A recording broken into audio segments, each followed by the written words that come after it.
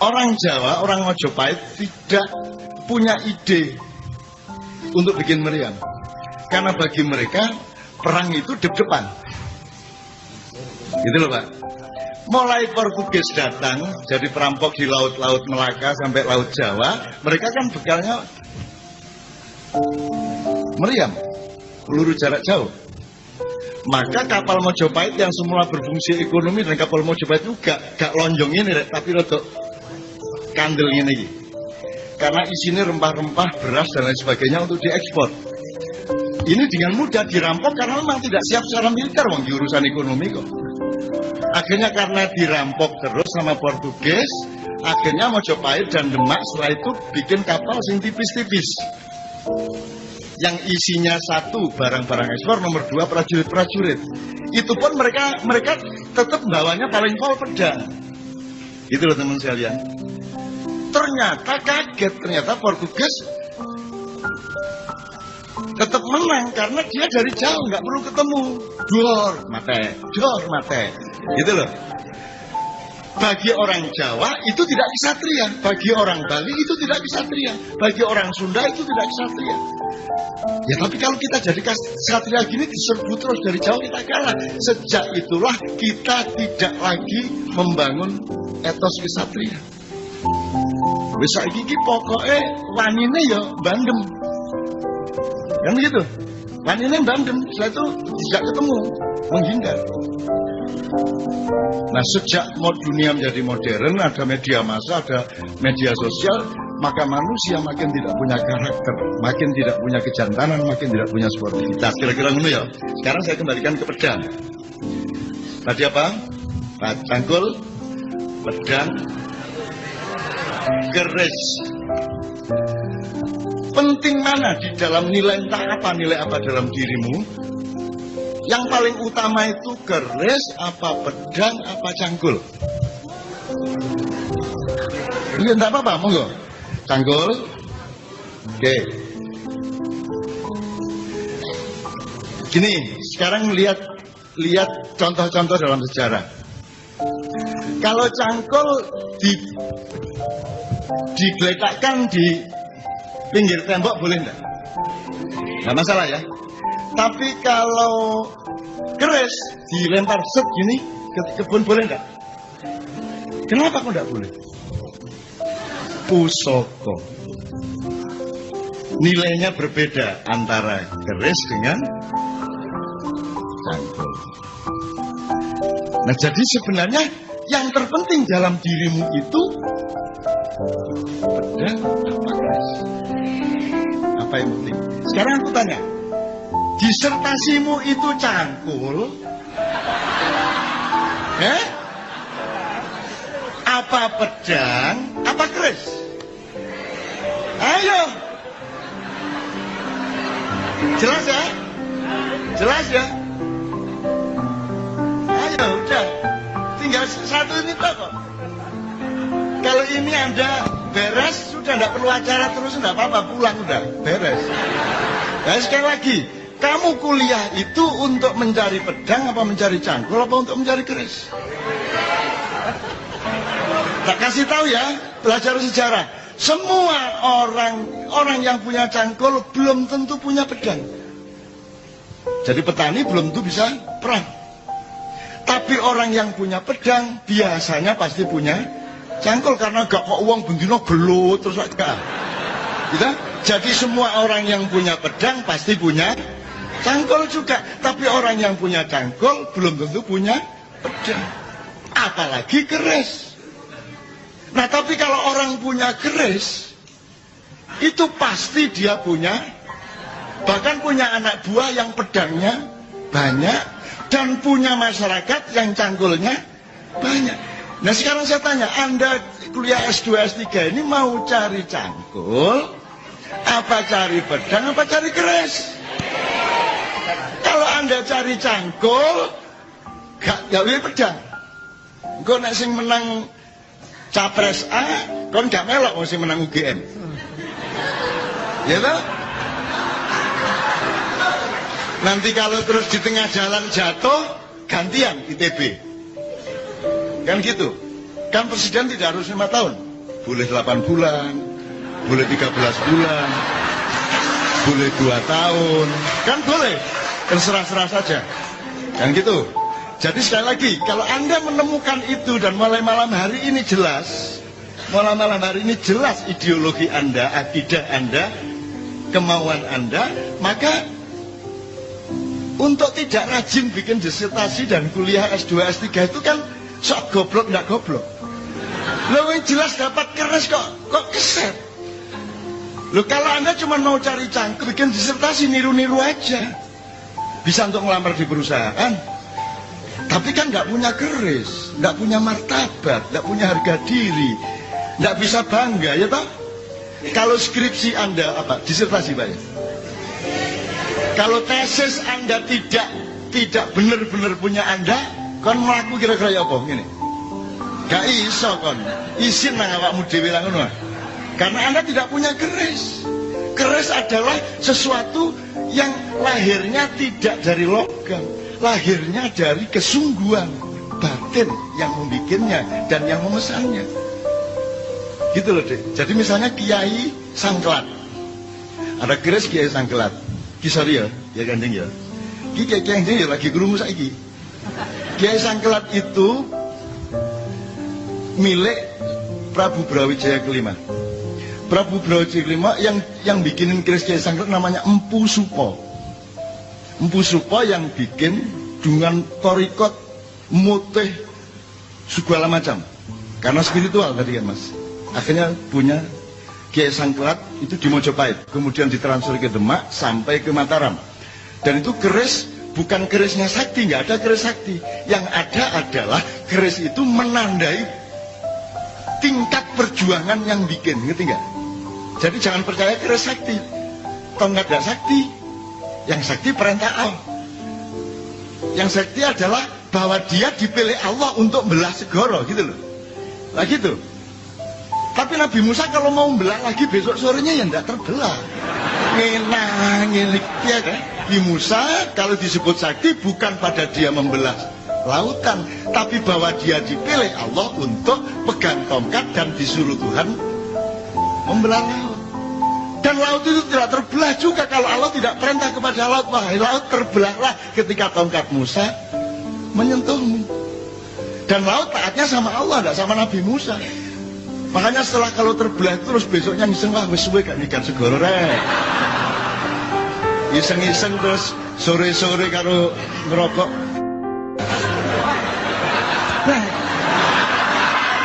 Nah, kok mek ciprik gak belah. Jadi kamu jangan sombong menjadi apapun. Kamu jangan merasa dirimu pernah menang dalam kehidupan.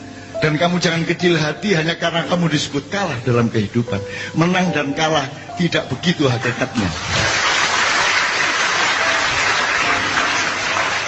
Udah, kamu jagoan taekwondo wis, sakarepmu wis, kempo sakarepmu wis, ya, apa wis, tinju, MMA, kickboxing, muay thai sakarepmu, jiu-jitsu, Brazil, sakarepmu, terus tanding, turnamen, menang, jeblar, juara, dikai medali, kayak duit, dah, mari ngono ngombe, terus tanding meneh, mesti menang tagak.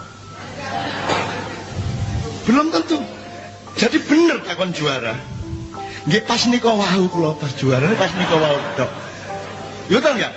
Pas tadi itu saya juara, setelah itu belum tentu. Jadi kamu itu jangan terlalu percaya kepada apa yang terlihat. Arep ado ayu, iku pas ayu.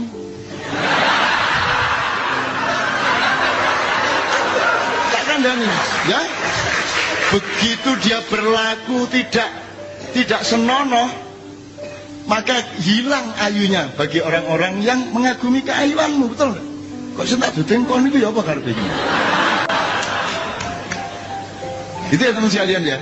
Jadi kita pokoknya jangan keder lah. Kita itu juga jangan kagum boleh, gumun boleh tapi ojo gumunan. Jelas ya? Kaget boleh tapi ojo kagetan. Bener ya? Gitu ya. Ini kalau saya terusin ini sampai ke Republik Indonesia, tapi saya enggak. kan di sanalah aku berdiri. Wis aku ngomong Unesa wis. Republik Unesa Raya nah ya. Oke. Sebelum diteruskan keris, saya minta satu nomor dulu dari Kiai Kanjeng Operet. Gundul Pacul ya. Belum ya? Nyanyi sih berarti nek arek S2 gak iso gundul pacul. Tak dongakno gundul rambutmu ngene wis. Teng ya. Gundul pacul.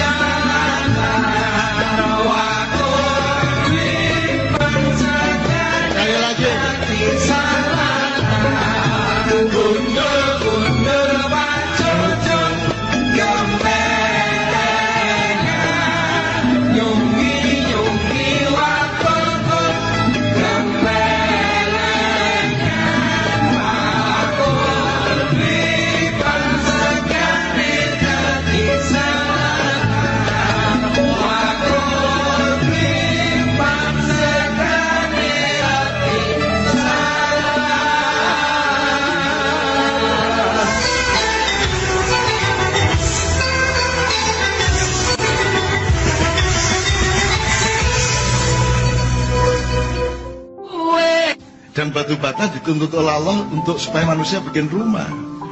Karena kapas dituntut untuk jadi benang untuk jadi kain, untuk jadi jilbab. Kan begitu. Lagu juga begitu. Nah aslinya mek gundul pacul. Tapi selama sekian abad gundul pacul itu tidak pernah benang, kapas terus. Karena orang paham gundul pacul itu apa. 6 abad. Nah, Kiai Kanjeng diamanati gundul pacul itu adalah manajemen kepemimpinan. Gitu loh. Nanti kalau ada waktu kita jelasin. Jadi kalau kamu mau jadi direktur pasca sarjana, kamu mau jadi gubernur, kamu mau jadi wali kota, mau jadi kepala rumah tangga, pokoknya pimpinan apa saja, filosofinya sederhana yaitu gundul pacul. Kalau kamu masih gundul pacul itu lambang dari asih bebas, telanjang boleh, ngenang ini, neonok bismillah. Nah itu toh, itu Anda kalau masih gundul pacul gembelengan nggak ada masalah, Anda play around, main-main nggak apa-apa. Tapi kalau sudah nyunggi wakul gembe, kalau masih wakul ngelimpang segane dadi latar. Jadi ini uraiannya betul-betul belum pernah ada filosofi dan manajemen politik dasarnya gundul pacul yang cuma 2 kalimat yang diremehkan dan dititipkan kepada kanak-kanak oleh Sunan Kalijogo. Sebenarnya dititipkan semua tuwek ketelengsut, tapi mergo dititipno paut, gitu. Dititipkan ke anak-anak maka abadi. Semua lagu anak-anak abadi. Jublak suweng.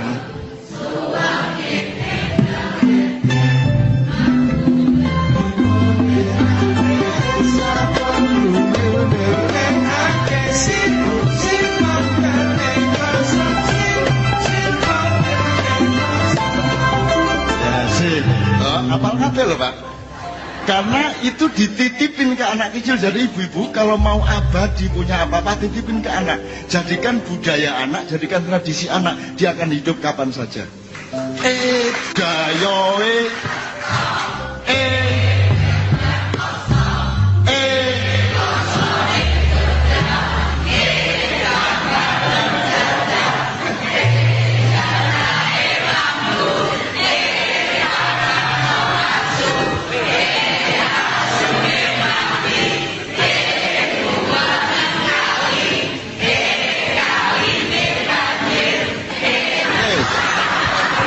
Nanti saya jelaskan, ini namanya manajemen konflik. Daya teko. Ya, nanti tetap imam ya. Imam. Jadi misalnya Pak, kalau gundul pacul tadi jelas, kalau kamu itu sudah diamanat ke lautan segala itu kan kamu nyunggi wakul, bukan ngempet wangkul, bukan nyangking wakul. Letaknya kesejahteraan rakyat itu di atas kepalanya presiden, menteri, dan para pimpinan-pimpinan. Jadi saya jaga, karena saya tidak akan minggir kalau mereka lewat. Lah Pak, rakyat aku yang bayar ya, minggir apa? Bapak Presiden masuk ruangan, silakan berdiri. Aku menengah ya, aku ngerokokin. Kon iku aku sing bayari ngongkon-ngongkon aku ngadeg. Gila betul? Nah, kalaupun kita berdiri menghormat, yang kita hormati bukan presiden, yang kita hormati adalah pusaka Nusantara negara kita. Jelas ya? Nah, nanti kita teruskan soal ijazah S2, S3 tadi. Ya toh? Kalau kamu cuma mau cari cangkul, ya sudah beli aja ijazahnya. Seperti presiden dapat honoris causa itu kan juga beli. Menteri-menteri beli, banyak yang beli. Di sini ada Pak, biro penjualan.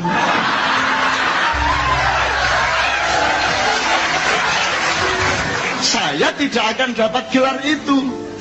Ono ide itu tak udan-udani langsung. Ayo wani-wani ngekei santet dan munah. Saya sudah membuang dunia ini dan saya sudah tidak ada urusan itu sama sekali. Karena aku dokter itu tahun 87, aku dokter 87. Saya sudah dokter.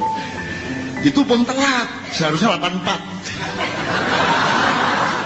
Ya, tapi kan untuk apa? Lebih baik tidak sama saya terus kan menderita dia. Pikiran ini tidak bingung dewe. Kan gitu. Wong setan iso tak belani ya tak nih. Iki nek ngomong guyone ngono rek. Wong aku iki ngomong bebas apa saja karena saya nggak punya apa-apa, saya tidak punya kepentingan. Aku iki kok pateni yo gelem. Lah wis kena sih. Makanya acara Kiai Kanjeng ini langsung depan, nggak pakai pagar, nggak pakai jarak. Cak enak kon kate nunjuk aku langsung. Kon wani-wani ngejelp aku tak jelep genti kon kok. Iki sing guyu banter iki rada paham. Sing meneng paham nemen, Pak. Gundul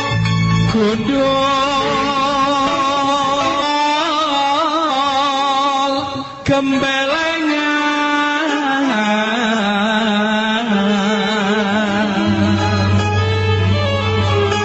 nyunggi wakol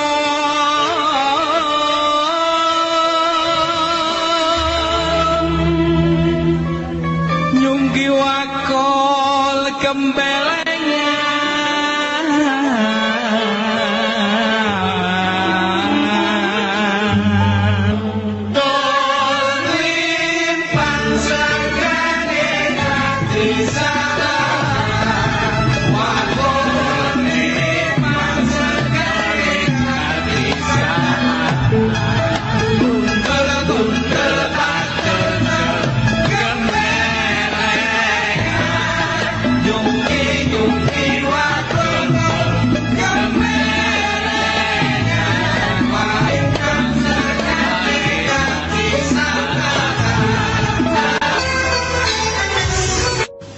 Alun-alun Malioboro, alun-alun keraton itu satu garis sangat lurus. Jadi tempat itu dihitung seolah-olah dua arsiteknya itu terbang kok nggawe garis ini kayak Empu Baradah itu.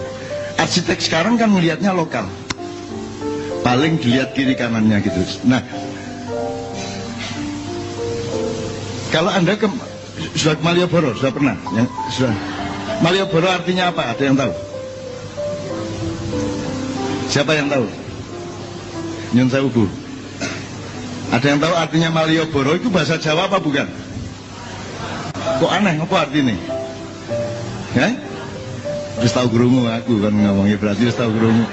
Jadi gini, singkatkan, tidak melakukan langkah apapun kalau tidak konsepnya menemukan kembali dirinya sejak sebagaimana asal usulnya. Jadi misalnya kalau ada transmigran dari Pulau Jawa ke Kalimantan, itu timnya lengkap. Ada yang ahli pertanian, ada ahli pencak, ada ahli karawitan, ada ahli agama atau ngaji, dan ada yang ahli-ahli di bidang yang diperlukan. Tapi pokoknya lengkap timnya. Jadi kalau sampean dari Tugu ke Malioboro itu sampai itu namanya marga utama, jalan utama. Jadi orang hidup itu harus menentukan jalan utamanya apa. Tadi makanya saya bilang primer, fungsi primernya apa? Jalan dari rel itu namanya Malioboro. Ini S2. Jadi marga utama tadi S1, memilih fakultas A apa B apa C. Setelah itu Anda Malioboro, mulai dia melakukan eksplorasi secara lebih merdeka. Malioboro itu artinya dadio wali sing ngumboro. Malio, ngerti Malio? Warung nek kata kerjane, kata perintahnya marungo, ya tegak. Apa meneh? Sing emrek, sing wedang, medango, nggih. Wedok, medok. Oh, kita mboten. Kita wedok, medok. Oh, lurus Pak Bu, lurus. Nah, wali Malio kang ngumboro. Jadi kamu melakukan eksplorasi mulai S2 itu kan mulai berpikir lebih bebas, mulai penelitian kan gitu. Mulai tengok sana, tengok sini, buka sana, buka sini. Kan begitu. Supaya kamu sampai ke marga mulya, supaya kamu kenal yang namanya kemuliaan hidup. Jadi kamu setelah Malioboro, kamu masuk pilihan untuk mulia, yaitu seorang sarjana S3 itu kalau bisa seorang inovator, seorang inventor, seorang penemu, betul enggak? Seorang penemu, mbuh cilik kaya apa tapi Anda menemukan sesuatu. Saya bergaul dengan banyak sekali penemu. Seharusnya Pak malam ini yang paling cocok datang itu Sabrang, Pak. Noe, Pak. Kalau ngomong sama gini-gini yang pinter, yang ngerti, saya tidak cetok pengetahuan saya. Pokoknya sak ketemune apa sing dikekno Gusti Allah tak sok ngono wis. Wis gak ngelangel aku dadi kiai talang, gitu aja ya. Ono udan slot gitu. Ada berapanya Pak? Jadi fungsi pendidikan ada macam-macam, ada kiai ceret. Kurikulumnya jelas, ceretnya jelas. Siapa yang butuh teh kasih teh, siapa butuh kopi disoki kopi, itu kiai talang. Itu metode kurikulum kiai talang. Ada kiai talang dalam dunia modern tidak cocok. Iku biyen zaman biyen wis pokoke sak ketemune Gusti Allah ngekeki iku dikekno wong. Iku jenenge pendekar mabuk. Sikat jono sikat kene. Nah, ada kiai gentong. Ini kurikulum di mana murid mendatangi ruang guru. Di sini gimana? Kalau sekolah kita kan masih guru mendatangi murid. Mbah ceret kan gitu. Betul nggak? Kurikulum yang lain adalah model kiai gentong, di mana gentongnya menang di ruang. Jadi Pak Profesor A di ruang itu, sing teko sakarmu, kon kuliah ini sakarmu, perjanjiannya ya apa kene tak ulang. Dia hanya gentong, dia menang, nek gak kok ceduk menang deh. Jadi nek kon meguru nang kiai gentong, kon teko ngrungokno siap kuping tok ya gentongnya meneng ae. Kon gak takon. Makanya jangan tiru rambu lalu lintas, belok kiri taati ikuti lampu ngono. Agak menengahe kok ngono iki. Ngene.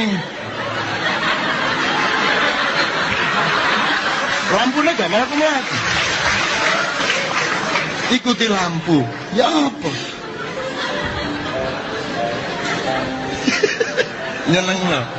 Nyenengno peraturan itu. Nah ikuti lampu lah, nah iku mang diikuti temen lah macet perapatan ini. Ayo jalan, lo lampunya belum jalan kok. Oke, ngomong-ngomong Kiai Gendong tadi ya. Oke, Kiai Gendong. Oke. Jadi kalau bisa S3 sudah berguru kepada Kiai Gendong, Pak, S3. S2 pun sudah mulai. Anda yang harus nyewur, ngerti sewur. Ditik sewur ono gandolane, ono bathoke. Sewur. Loh, sewur. Jadi ono sewur, ono ceduk. Lu kalau kan itu jadi kalau daun pisang iso dadi bencuk. Takir. Apa? Pelangan. Apa meneh? Suru. Iya kan? Ngerti bener. Oh, sip. Lumayan, Pak. Kamu pikir penemu suru itu seharusnya dokter honoris causa tuh? Bener nggak? Bener nggak? Loh, jangan diremehkan. Jangan diremehkan. Loh, gimana kalau orang tuh mangannya ini kira iso kok mak ngene? Gak iso ngene kok.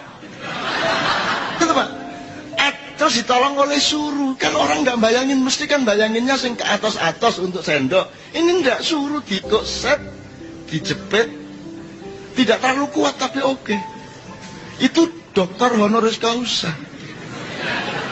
Sing nemu pencok, lo jangan diremehkan. Gimana sih kamu? Kamu kan tinggal make. Sudah nggak terima kasih mana ya? Nah, di negara mana? Di luar Indonesia di mana yang orang punya beteng? Hah? Ayo, di mana? Beteng loh. Karena ini yang gitu ya apa biar? Kok dua ide pring sampai jadi beteng itu loh. Itu rumah samu anggitmu. Sambel itu prosesnya juga berabad-abad untuk jadi sambel. Kamu ini loh Pak, ini tolong Pak, ini sok-sok dikasih tahu Pak. Kamu kon saiki kari nyekek. Kon kari mbadok kon saiki. Apa? Loh, wong Jawa Timur masa aku ngomong halus-halus rek, ya toh?